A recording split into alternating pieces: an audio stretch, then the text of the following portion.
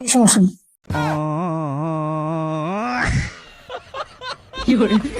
এত বড় সাহস আপনার!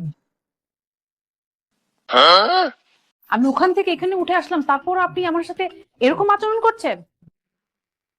আমি আবার কি করলাম? আমার দিকে এইভাবে মুখোমুখি করে তাকিয়ে আছেন কেন? মানে ও, আপনি এখানে দাঁড়িয়ে দাঁড়িয়ে ইফটিজিং করছেন, আবার বলছেন কি করেছেন? ইফটিজিং? আমি কখন ইফটিজিং করলাম? ও, আপনি আমাদের করে তাকিয়েছিলেন না? এরকম করেছি ওটা? আবার আপনি আমাদেরকে ওরকম ভাবে আবার তাকাচ্ছেন না? ও ওইটা, ওহো, ওটা ভাবি আমার দাঁত ব্যথা, এই যে এটার ব্যথা, সেই জন্য এরকম এরকম করছে। আপনার যদি দাঁত ব্যথা হতো না তাহলে আপনি বুঝতেন যে আসলে কিরকম ব্যথা লাগে, তখন আপনি কিরকম করতেন আমি দেখতাম।